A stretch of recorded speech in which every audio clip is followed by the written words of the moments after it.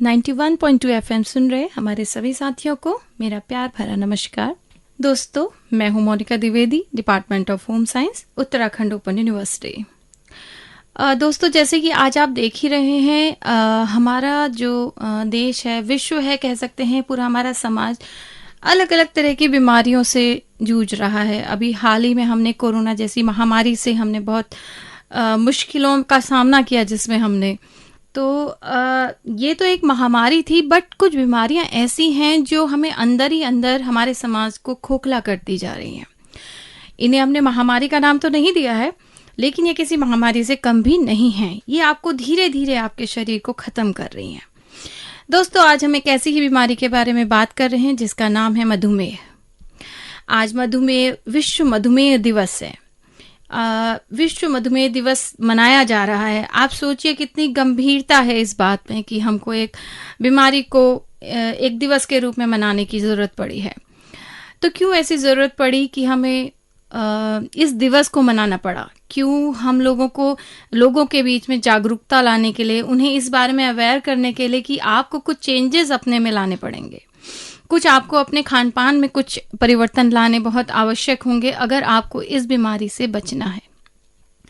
तो इसके लिए सरकार ने देखा कि लोग क्योंकि नहीं जागरूक हो रहे हैं इस बारे में, लोग इसकी गंभीरता को नहीं समझ पा रहे हैं कि क्या रूप ले सकती है ये बीमारी आगे जाके।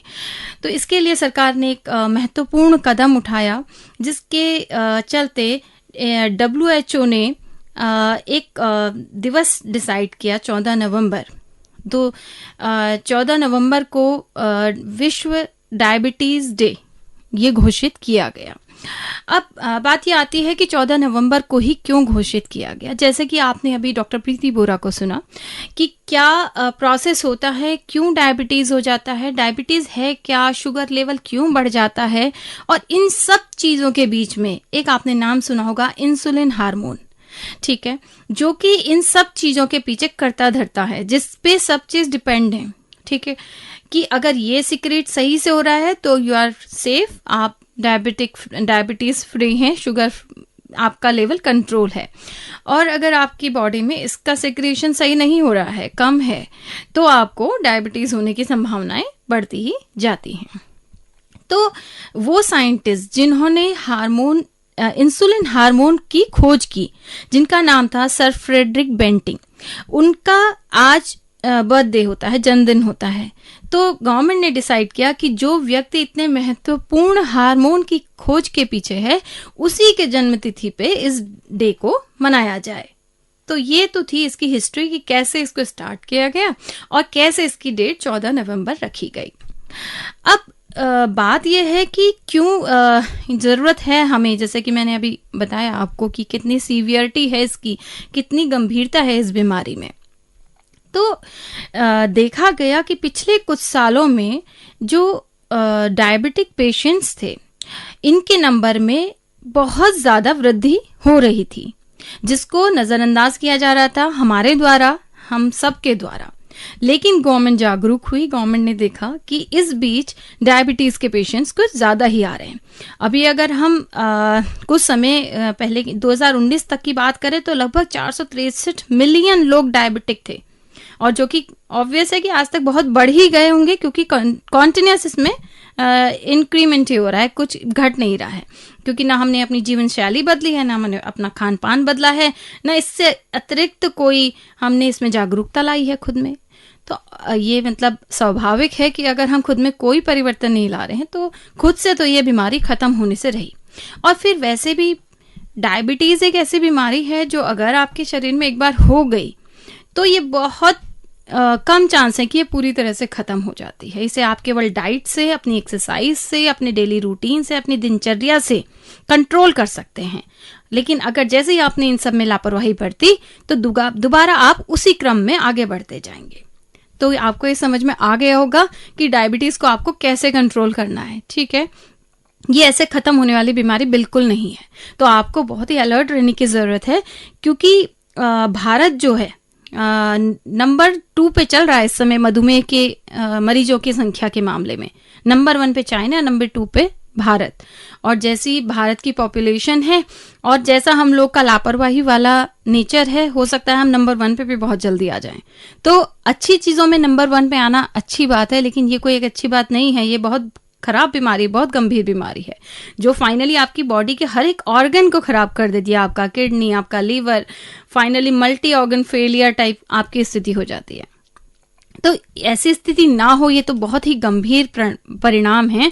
तो लेकिन इस स्थिति का हम ना पहुंचे, इसके लिए हमें कुछ अपना रूटीन जो है सही करना होगा। जैसा कि डॉक्टर प्रीति बोरा आपको बता चुकी हैं, आपको अपने खान पान में मुख्य रूप से और आपको अपनी दिनचर्या में बहुत सारे परिवर्तन लाने की जरूरत है। बात करते हैं अगर मधुमेह की इस समय स्थिति क्या है, तो भारत में इस समय हमारी जो टोटल आबादी है उसका 8.7% जो आपके मधुमेह रोगी हैं वो आपके 20 से 70 वर्ष के बीच के हैं। ठीक है, समझ रहे हैं आप, 20 कोई एज नहीं होती है किसी बीमारी के लिए, है ना। आफ्टर 50 आप सोच सकते हैं कि चलिए आपको हार्ट का इश्यू हो सकता है, ब्लड प्रेशर हो सकता है, शुगर भी हो सकता है, बट 20 मतलब ये बहुत कम एज है आपकी किसी, वो भी डायबिटीज जैसी बीमारी के लिए, जिसमें आपको पता है फर्दर कितने सारे आपको अपने डाइट कंट्रोल्स करने पड़ेंगे। तो इस तरीके से हम देखें तो बहुत ही नाजुक स्थिति है, बहुत ही खराब मतलब स्थिति है कि छोटे छोटे बच्चों को भी इस प्रकार की बीमारी हो सकती है अगर वो अपने डाइट, अपने रूटीन पे कंट्रोल ना करें। जब 2019 में इंटरनेशनल डायबिटीज फेडरेशन ने एक सर्वे किया तो उसमें टॉप 10 में इंडिया का नाम था। तो ये बड़ी चिंताजनक स्थिति है, 2019 का ही है, ज्यादा पुराना सर्वे भी नहीं है। तो ये क्यों हो जाती हैं इस टाइप की बीमारियां? देखिए, एक तो हमारा खराब जीवन शैली है, क्योंकि हम ऑफिस में भी जो 10 to 5 का जॉब कर रहे हैं उसमें कुछ खास ऐसा फिजिकल वर्क नहीं है ज्यादातर लोगों का। आपका बैठे बैठे ही काम है, चेयर है, आगे कंप्यूटर है, लैपटॉप है, जो भी है। तो इसमें इतना ज्यादा आपका एनर्जी कंजम्पशन नहीं है। तो आपको थोड़ा सा अपनी बॉडी एक्टिव करनी पड़ेगी। अगर आपको लगता है कि अगर आपके ऑफिस में आपका बैठे सिटिंग जॉब है, बैठा बैठा वाला काम है, तो आपको कुछ एक्सरसाइजेस अपने रूटीन में ऐड करनी पड़ेंगी, चाहे वो आप सुबह उठ के कर लें या आप शाम को ऑफिस से जाके कर लें। तो इस तरीके से भी आप अपना थोड़ा सा चेंज अपनी लाइफ में ला सकते हैं।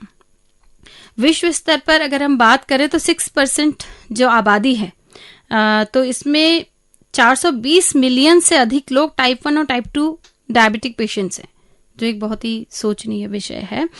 और यह एकमात्र एक ऐसा गैर संचारी रोग है, ठीक है। जो गैर संचारी रोग हैं उनका बढ़ने का चांस उतना नहीं होता है, क्योंकि जो संचारी रोग हैं मीन्स जो ट्रांसफर हो रहे हैं एक से दूसरे में, वो तो आपकी एक महामारी जैसे कोरोना आपका फैला, एकदम से ब्लास्ट हुआ, बहुत सारे लोग पीड़ित थे, वो एक ऑब्वियस है कि वो ऐसे बाय एयर बाय टच आपका स्प्रेड हो रहा है। लेकिन ये एक गैर संचारी रोग है, ठीक है। लेकिन फिर भी इसकी जो मतलब बढ़ने की जो दर है वो बहुत ज्यादा है, बहुत ज्यादा है, और ये लगातार बढ़ ही रहा है। इसके उसमें कोई भी कमी नहीं देखी गई अभी, जब से हम इसको मना रहे हैं इस डायबिटीज डे को, या जब से इंसुलिन हार्मोन की खोज हुई या डायबिटिक पेशेंट्स आने लगे, तब से लगातार बढ़ ही रहे हैं पेशेंट्स। तो ये काफी गंभीर समस्या है हमारे लिए, हमारे देश के लिए भी। और तो इस तरीके से देखिए आप, इतनी ज्यादा गंभीरता थी, इतनी ज्यादा बड़ी परेशानी थी, एक बड़ी बीमारी थी, एक मीन्स आपको टोटली आपके शरीर को बहुत बुरी तरह इफेक्ट करने वाली एक वो बीमारी है, जिसके लिए हमें ये डे मनाने की जरूरत पड़ी। अदरवाइज अगर ऐसे ही हम लोग जागरूक हो गए होते, ऐसे ही हम लोगों में अवेयरनेस होती, तो हम लोग खुद ही कंट्रोल कर रहे होते, आज इतने पेशेंट्स नहीं होते, या लगातार पेशेंट्स नहीं बढ़ रहे होते।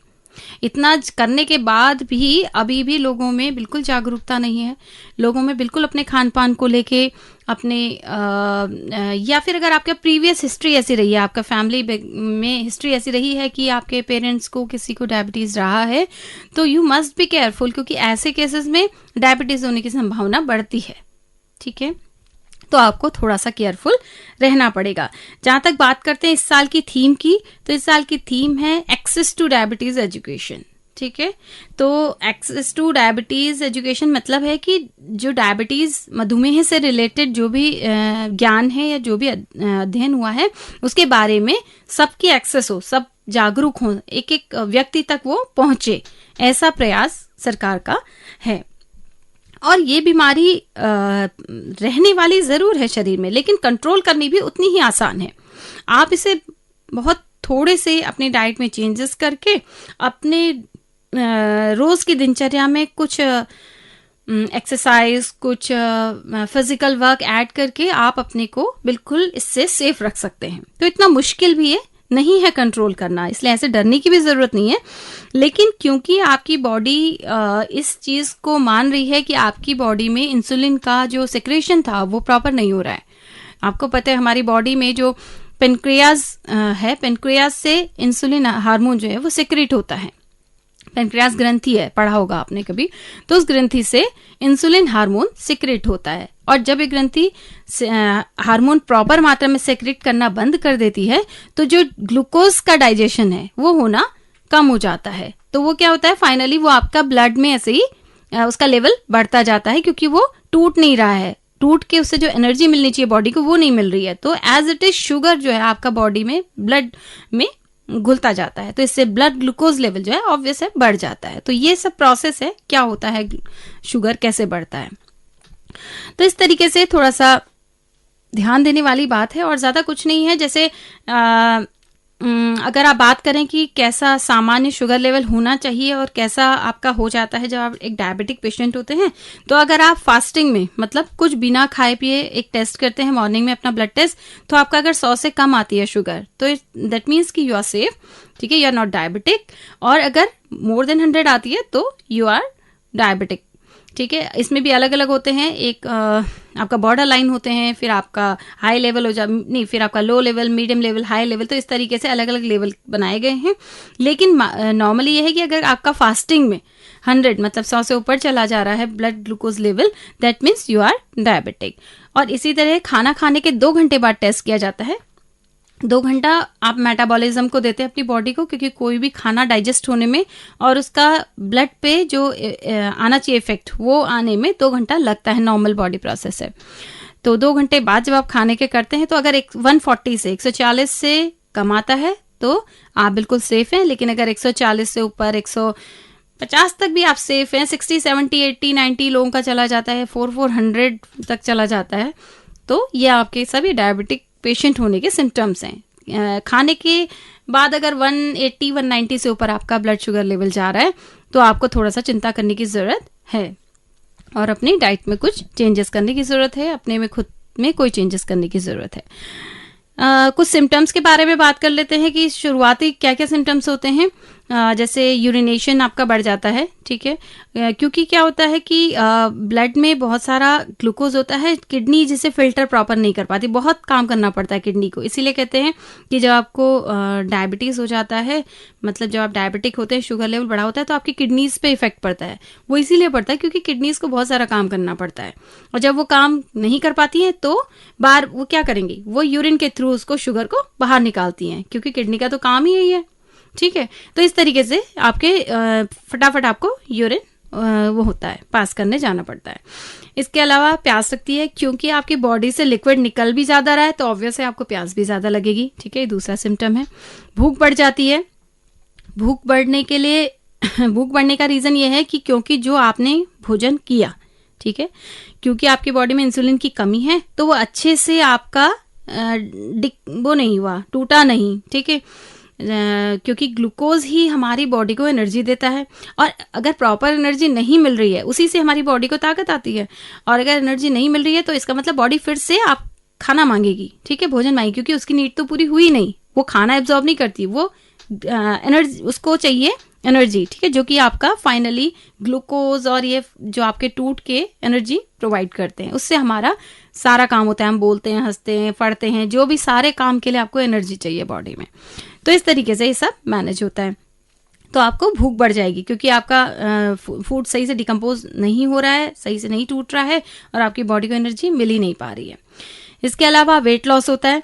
वेट लॉस क्यों होता है? क्योंकि जो काम ग्लूकोज ने करना चाहिए, ठीक है, ग्लूकोज ने टूटना चाहिए, ग्लूकोज ने आपकी बॉडी को एनर्जी देनी चाहिए, वो नहीं दे रहा है, तो आपकी बॉडी क्या करती है, बॉडी को तो एनर्जी चाहिए काम के लिए, तो वो क्या करती है, जो आपकी बॉडी में स्टोर्ड फैट है, ठीक है, उसको डिकम्पोज करना शुरू कर देती है, उसको तोड़ना शुरू कर देती है, जिससे कि उसकी अपनी जरूरत पूरी हो सके, क्योंकि काम करने के लिए एनर्जी तो चाहिए, ठीक है।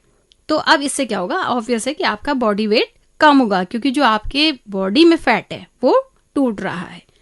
तो इस तरीके से बॉडी वेट कम हो सकता है।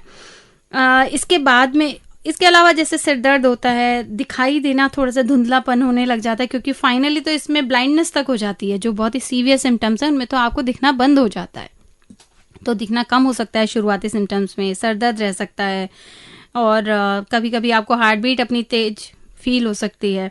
तो इस तरीके से ये तो शुरुआती लक्षण है। और बेचैनी, कपकपी, पसीना आना अचानक से कभी, तो ये सब आपके शुरुआती लक्षण है। इसके अलावा गंभीर लक्षणों में क्या क्या हो सकता है, आपको बेहोशी आ सकती है, दौरे पड़ सकते हैं, आपने बिल्कुल ही नज़रअंदाज कर दिया, आपने कहा कि नहीं ठीक है जो भी है मैं तो ऐसे ही खाऊंगा, मैं तो ऐसे ही रहता हूँ, मैं ऐसे ही रहूंगा। तो इस तरीके से फिर आपकी बॉडी कैसे रिएक्ट करेगी वो आपको, जैसे आप बेहोश हो जाएगी, आपको जैसे मैंने बताया दिखना बंद हो सकता है, और बहुत ही ज़्यादा हाई लेवल पे जाने पे आपकी किडनी फेलियर का प्रॉब्लम हो सकता है। तो ये खैर इस बारे में वैसे हम पहले भी बात कर चुके हैं, लेकिन मैं एक छोटा छोटा आपको मेन इंपॉर्टेंट थिंग्स आपको एक बार रिवाइज करा दे रही हूँ कि क्या क्या आपके सिम्टम्स हो सकते हैं, ताकि अगर आप में कोई ऐसा सिम्टम आ रहा हो तो आप एक बार अपना ब्लड टेस्ट ज़रूर करवाएं। इसके अलावा और क्या हो सकता है, जैसे मानसिक डिप्रेशन, एंजाइटी, मतलब ओवरऑल आपके एक एक बॉडी ऑर्गन को इफेक्ट करता है। ये मैंने आपको पहले ही बताया कि इंसुलिन से शुरू होकर ये बीमारी पूरे शरीर में फैलती है, ठीक है, एक एक ऑर्गन को इफेक्ट करती है, नॉट ओनली किडनीज बट ये सभी सारे ऑर्गन्स को इफेक्ट में लाती है। और इसके अलावा आपकी जैसे पहले ही बता दिया है कि आंखों की रोशनी जाने की संभावना होती है, बहुत बुरा प्रभाव पड़ता है। तो इस तरीके से ये आपके कुछ प्रमुख लक्षण हैं जिनको आप अगर शुरुआती उसमें समझ लें तो बहुत ज़्यादा परेशानी ना हो। तो इस तरीके से इसमें अच्छा दूसरा ये है कि आफ्टर 40 साल के बाद आपको रेगुलर अपने ब्लड टेस्ट करवाने चाहिए, वैसे भी करवानी चाहिए कोई और, क्योंकि 40-45 के प्लस में आपको कोलेस्ट्रॉल है, आपको हाई बीपी का है, आपको शुगर है, हार्ट की प्रॉब्लम है, इस तरीके से बहुत सारी प्रॉब्लम है जो एज के साथ आपको थोड़ा बहुत आजकल की दिनचर्या को देखते हुए हो जाती है। तो आपको रेगुलर अपने टेस्ट तो कराने ही चाहिए, लेकिन क्योंकि हम आज बात डायबिटीज़ की कर रहे हैं तो आपको अपना ब्लड टेस्ट, अपना शुगर लेवल टेस्ट ज़रूर करवाना चाहिए और रेगुलर इंटरवल में करवाना चाहिए। तो इस तरीके से अब आप देखिए कि कितनी एक गंभीर बीमारी है डायबिटीज़ खुद में। तो आप क्यों ना ज़रूरत पड़े इस डे को मनाने की, क्योंकि हमें जागरूकता ही नहीं है, हमें पता ही नहीं है कि हम किस तरफ बढ़ रहे हैं, ये बीमारी हमें किस ओर ले जा रही है और क्या हमारे शरीर पे प्रभाव डाल रही है। तो मेरे ख्याल से अब आपको समझ में आ ही गया होगा कि बहुत ज़रूरत है इसको कंट्रोल करने की, क्योंकि 2019 में 463 मिलियन लोग जो थे इससे प्रभावित थे, ठीक है। उसके बाद 2030 तक उम्मीद है कि 578 लोग इससे प्रभावित होंगे, जो कि संख्या आगे 2045-50 तक 700 मिलियन से भी ऊपर पहुंचने की पूरी उम्मीद है। लेकिन ये हम इस उम्मीद पे हम नहीं भी खड़े उतर सकते हैं अगर हम अपना प्रॉपर ध्यान रखें, हम अपनी डाइट अच्छे से प्लान करें, हम अपने डेली रूटीन में कुछ अच्छे चेंजेस लाएं, एक्सरसाइज करें, अपने को फिट रखें, ठीक है। तो इस तरीके से आप अपना बहुत सारा ध्यान रखिए और हम उम्मीद करेंगे कि आगे हमें इस तरह के डेज मनाने की फिर ज़रूरत ही ना पड़े, हम डायबिटिक फ्री कंट्री हो जाएं।